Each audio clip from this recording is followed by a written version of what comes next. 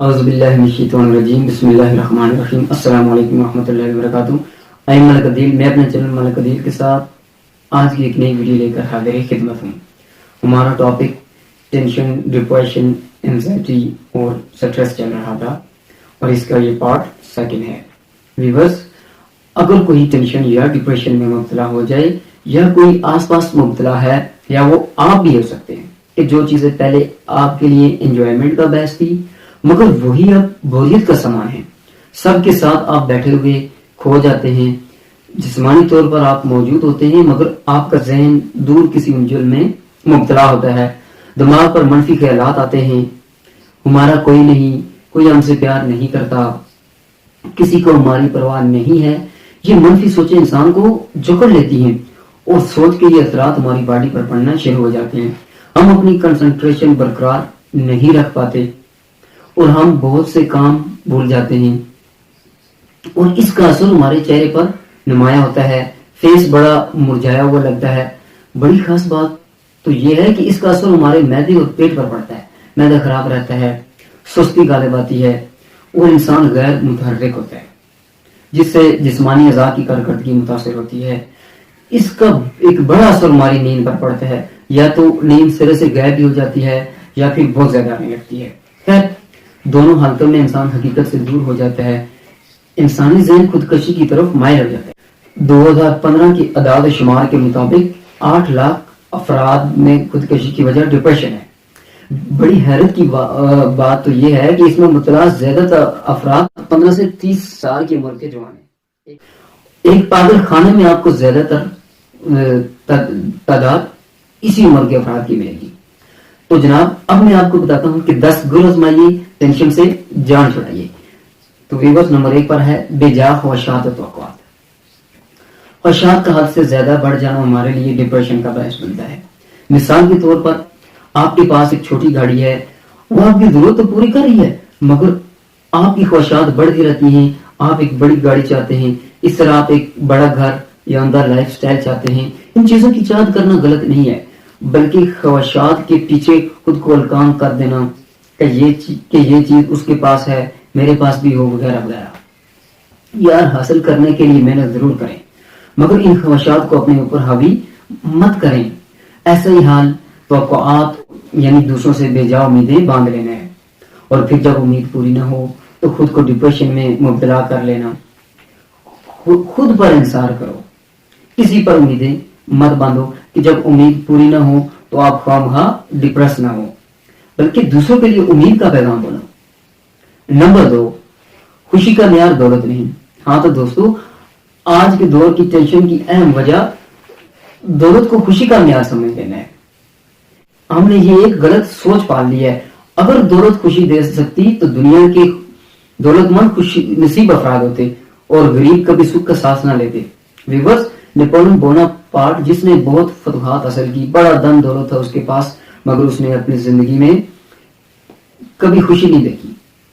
تو اگر اس کا موازنہ ایک غریب سے کیا جائے جو دن بھر کام کرتا ہے اور روکھی سوکھی کھا کر اپنے بچوں کے ساتھ سکون کی نیند سوتا ہے، اپنے ذہن سے یہ نکال دیں، یار دولت سے ہم چیزیں تو خرید سکتے ہیں مگر خوشی نہیں۔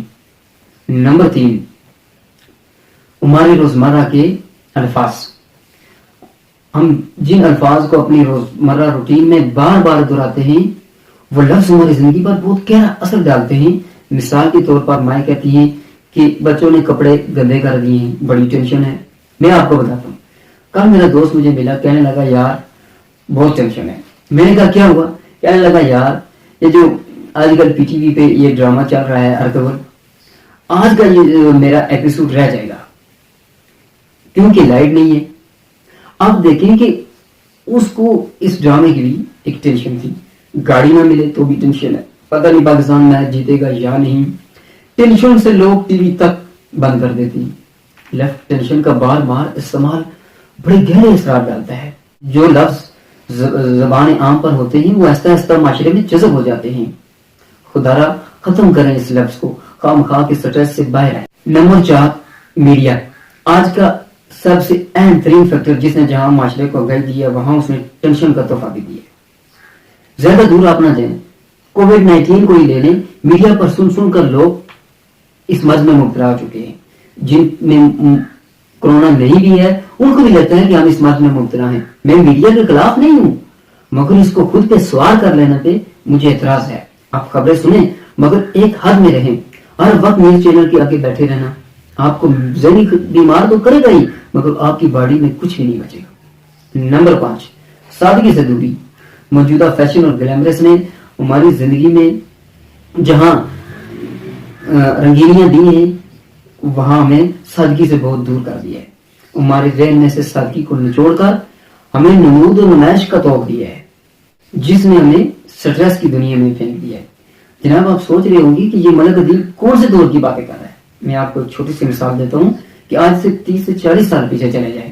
لوگوں کی زندگی سادہ تھی، اسشات کم تھی، کپڑوں کا ایک جوڑا ہوا کرتا تھا، وہی غمی اور خوشی میں چل جاتا تھا. مگر آج دکھاوے نے ہمیں کس سٹریس میں ڈال دیا ہے کہ ہر تہوار کا الگ ڈریس، کہیں جانا ہو تو الگ، کہیں شادی پر جانا ہو تو تب بھی نیا جوڑا، اور اگر نہ ہو تو ہم خوش نہیں ہوتے. اور ہم یہ سوچتے ہیں کہ فلاں کے کپڑے بہت اعلیٰ برانڈ کے، فلاں کا جوتا بہت اعلیٰ ہے. اس نمود و نمائش نے ہم سے سادگی چھین کر ڈپریشن دیا ہے.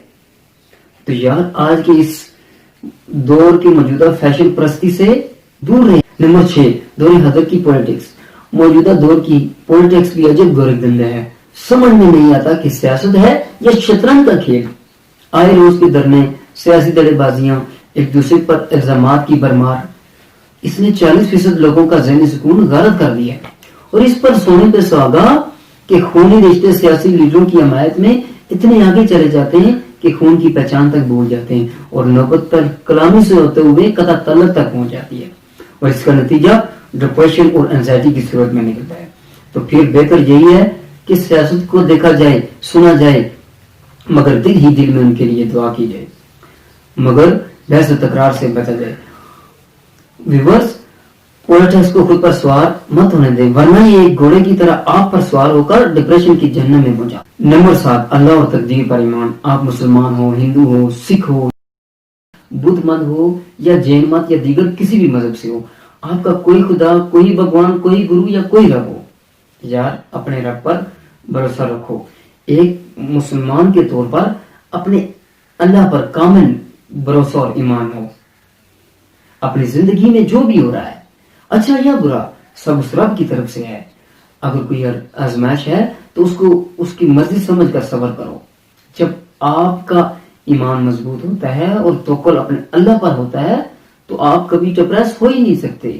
ایک ایمان والا بندہ کبھی ڈپریشن میں مبتلا نہیں ہوتا، بشرطیہ کہ اس کا ایمان کامل ہو. نمبر 8، میڈیٹیشن، مراقبہ اور یوگا. میڈیٹیشن یا مراقبہ ارتکاز توجہ کا دوسرا نام ہے. ڈپریشن کی صورت میں ہم کنسنٹریٹ نہیں کر پاتے. ہمارا دماغ اس قدر کمزور ہو جاتا ہے کہ وہ مختلف خیالات کے مدعا بن جاتا ہے. میڈیٹیشن یا مراقبہ خود کو ڈپریشن سے نکالنے کا بڑا مؤثر ذریعہ ہے. بعض لوگ اس کے لیے یوگا کی مشقیں بھی کرتے ہیں. آپ ایک پرسکون کمرے میں بیٹھ جائیں اور مراقبہ کریں. سب سے آسان مراقبہ جو میرے پیر مرشد حضرت حکیم طارق محمود مجذوبی دامت برکاتہم العالیہ بتاتے ہیں کہ آپ آنکھیں بند کریں اور تصور کریں کہ عرش الہی سے سنہری روشنی میرے دل پہ آ رہی ہے اور میرا دل ذکر کر رہا ہے اس میں ذات کا اللہ اللہ اللہ. اور یہ تصور آپ بار بار کریں. تصور ٹوٹ جائے تو پھر قائم کریں. یہ مشق روزانہ آپ نے 10 منٹ تک کرنی ہے. یہ آپ کو ٹینشن سے نکال دے گا، بلکہ آپ کو باقی بھی بہت سی بیماریوں سے نکال دے گا. اس کے علاوہ آپ سانس کی مشقیں کر سکتے ہیں. یوگا بھی آپ کی مدد کر سکتا ہے. اب چلتے ہیں نمبر 9 کی طرف، باہمت اور پرجوش لوگوں کی صحبت یعنی کمپنی. جناب من، ہم جن لوگوں سے ملتے جلتے ہیں یا جن لوگوں میں اٹھتے بیٹھتے ہیں، یا یوں کہہ لیں کہ روزمرہ زندگی میں جن لوگوں سے ہمارا ملنا جلنا ہوتا ہے، ان کے رویے اور عادات ہم پہ بڑا اثر ڈالتے ہیں اور ہم لاشعوری طور پر ویسے ہی ہوتے چلے جاتے ہیں. اس بات سمجھانے کے لیے میں آپ کو ایک بوڑھے بابے کی مثال دوں گا. ایک بوڑھے بابے کو ایک جوان عورت پسند آ گئی. اب اس نے اس عورت کو شادی کا پروپوزل بھیجا کہ مجھ سے شادی کر لو. اب اس عورت نے کہا کہ اگر تم میری 2 شرائط مان لو تو میں تم سے شادی کے لیے تیار ہوں. بابا چونکہ دل ہار چکا تھا فوراً راضی ہو گیا اور اس نے شادی کر لی. اب آپ سوچ رہے ہوں گے کہ یہ ملک ادیب کیا مثال لے آئے. تو اس کی شاید کیا تھی؟ نمبر 1 ہمیشہ جوان لوگوں کی محفل کرو گے. نمبر 2 روز گھر دیوار پھلانگ کے آؤ گے, دروازے سے نہیں آؤ گے. How interesting. اس نے ایسا کیوں کیا آپ بتا سکتے ہیں ویورز؟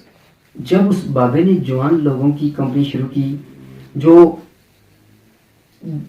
جوان لوگ ہمت والی, جوش و خروش والی اور محبت والی باتیں کرتے تھے, آگے بڑھنے والی باتیں کرتے تھے, پیار و محبت والی باتیں کرتے تھے, مگر ایک دن ہوا کہ بابے کے پرانے دوست اس سے مل کر اس کو زبردستی اپنی محفل میں لے لیے.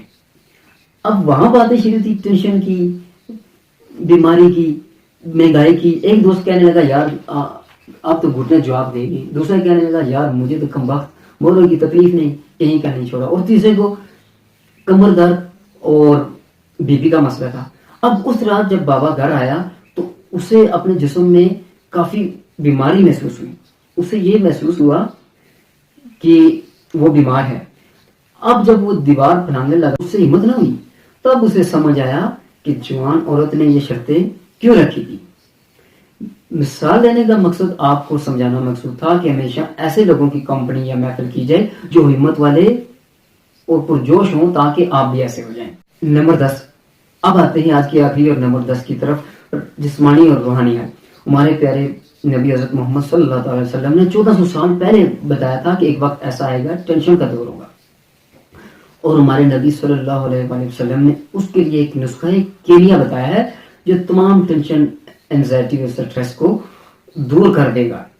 وہ دعا ہے میرے آقا کملی والے صلی اللہ علیہ وسلم کی, اللہم انی اعوذ بک من الہم والحزن. آپ صبح شام اس کی ایک تصویر اول آخر درود شریف کے ساتھ پڑھیں. اس کے بعد آپ خیر کے کاموں میں اپنی زندگی کو خرچ کریں. آپ روزانہ حسب استطاعت کچھ صدقہ ضرور کریں, اللہ سے اپنی باتیں شیئر کریں. وضو کے بعد 3 گھونٹ پانی کے ضرور پئیں. یہ ڈپریشن کا بہترین حل ہے. ہمارے نبی صلی اللہ علیہ وسلم کی سنتوں میں اس کا حل پوشیدہ ہے. جسمانی حل, آپ 21 دانے روزانہ منقے کے کھائیں. آپ ورزشیں کریں, آپ سوئمنگ کریں, آپ یوگا کی مشقیں بھی کر سکتے ہیں. یہ آپ کو ڈپریشن سے نکال دے گا. آج کے لیے اتنا ہی. آپ سے گزارش ہے کہ ہمارے چینل کو سبسکرائب کریں, پسند آنے والی ویڈیوز کو لائک اینڈ شیئر ضرور کریں تاکہ آپ اس کار خیر میں شامل ہو سکیں. فی امان اللہ, فی جواب.